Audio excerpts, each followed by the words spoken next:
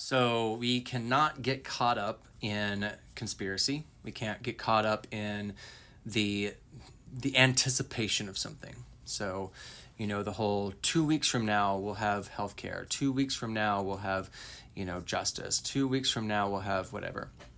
We can't get caught up in the experience of the might be's. We can't look at the other things that are that we speculate might be a situation. I've seen in my feed on here and in other places these random card readers and random psychics that are popping up for some reason, and I've made sure that I block them or I don't engage with them.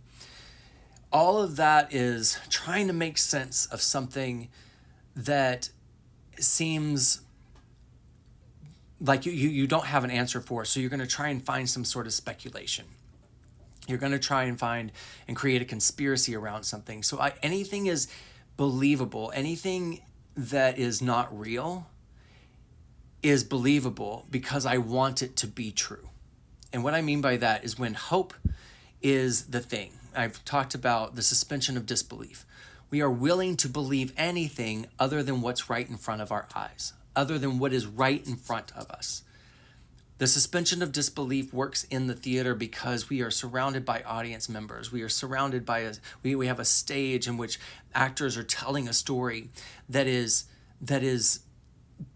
make believe. And actors believe it because they've done the character work to tell you a story to help you feel something, The facts are we are in a theater. The facts are that we have audience around us from all different walks of life, all different backgrounds, all different experiences. We are observing something in real time that has a fourth wall, which is the imagination of the actor believing that something is real and then convincing us of it. While the entire time we know that it's not truly happening. We know what they're feeding us in this administration. We know it's not true. So it is important for us to look at what is right in front of us and be in reality around it. It is something that we don't want to be true. We want what ought to be the truth. We're going to put everything on the line for what we speculate to be the truth. The answers are right in front of us. They're right in front of us. If we choose to see literally what is happening. It is not about hearing what the actors say. It is what is actually happening. What is it they do? What is it that we're doing right now?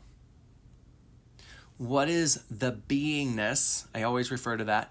What is the beingness of those in power right now?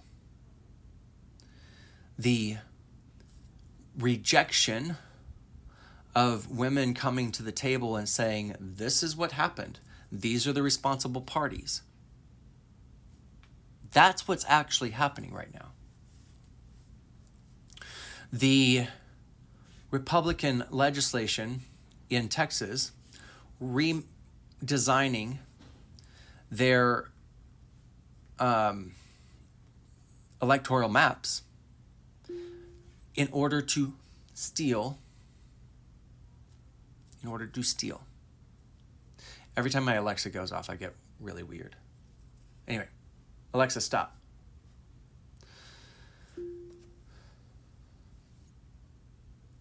The experience that we have right now is an opportunity to look at what is really happening. Not buy into superstition, not buy into a belief, a hope.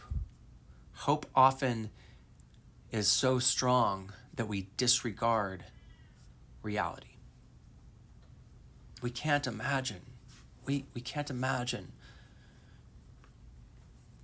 that people we elect and people who are sworn to an oath would betray that.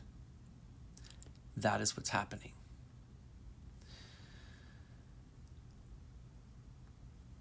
And I'm talking to people on the left. It's so weird. I don't normally, like, I don't equate myself with any a kind of label. If it's an outside perspective that you know, society might label me as a left or a liberal or whatever. All I want is for healthcare, just like 32 other advanced countries have free healthcare.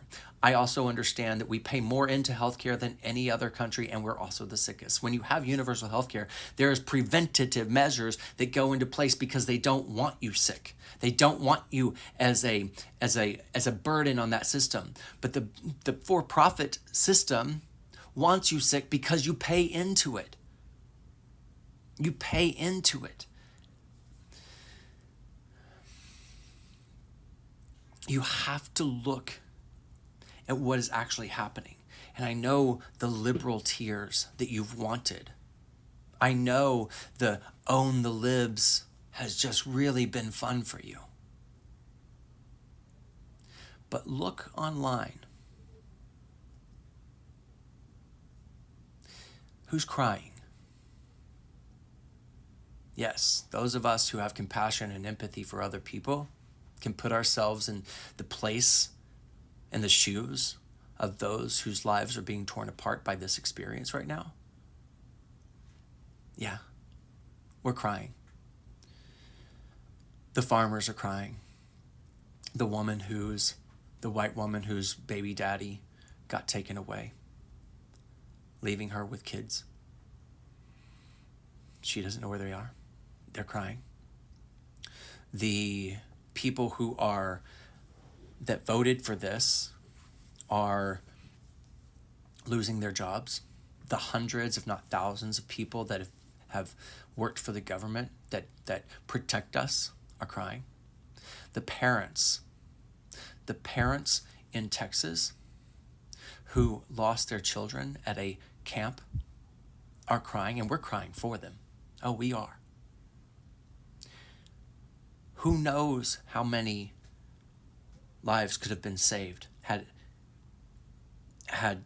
the systems been funded to create a warning.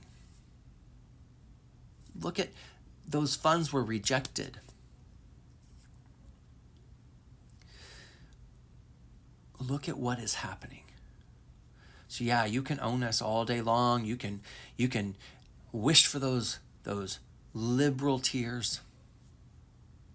And all we want is a system that raises wages, provides health care, provides child tax credit, provides an educational system that prevents us from getting into the place that we are in right now. And this is for my left-leaning friends. Don't get caught up in trying to find an answer when you can just say, I don't know. And then we look at what's literally happening. Let's stay on that course because we know what's literally happening.